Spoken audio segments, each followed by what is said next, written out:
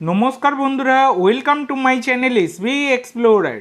তো বন্ধুরা সকলকে জানাই গুড ইভিনিং। তো থাম্বনেলটা দেখেই বুঝতে পারছো টপিকটা কী নিয়ে হতে চলেছে। তো বেশি দেরি না করে ভিডিওটা শুরু করা যাক।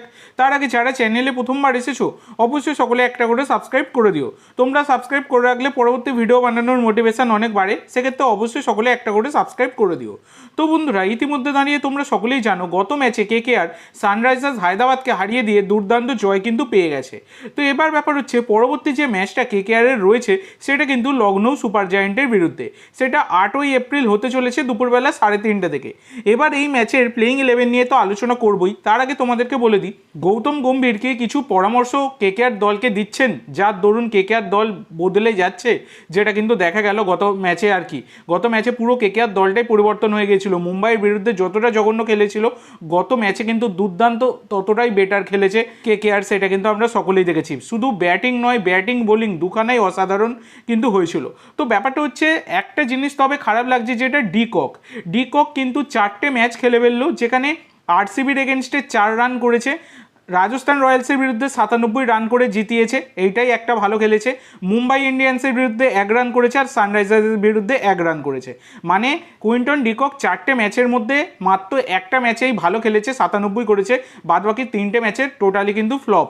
এছাড়া গত ম্যাচে একটা জিনিস দেখা গেল, উইকেট কিপার হিসাবেও কিন্তু তিনি ভরসা দিতে পারছেন না, কারণ একটা আউট হয়ে গিয়েছিল, তিনি সেইটা একমাত্র শুনতে পাবার কথা কিন্তু তিনি শুনতেই পাননি, যেটা কিন্তু সেই কারণে আউট হলো না, নাহলে কিন্তু কেকেআর আরও আগে ম্যাচটা জিততেই পারতো।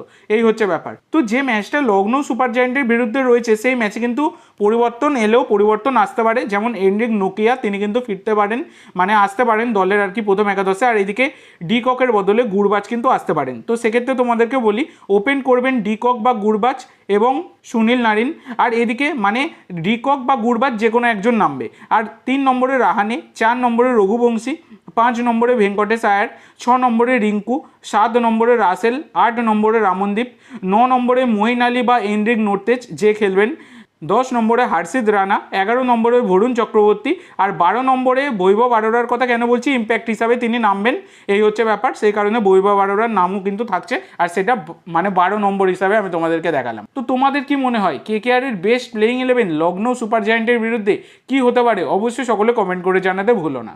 তো আজকের জন্য এইটুকু বন্ধুরা, ভিডিওটি ভালো লাগলে অবশ্যই লাইক করো, শেয়ার করো, আমার চ্যানেলে প্রথমবার এসে থাকলে চ্যানেলটি সাবস্ক্রাইব করো, আর কমেন্ট করে জানাও ভিডিওটি কেমন লাগলো। ধন্যবাদ।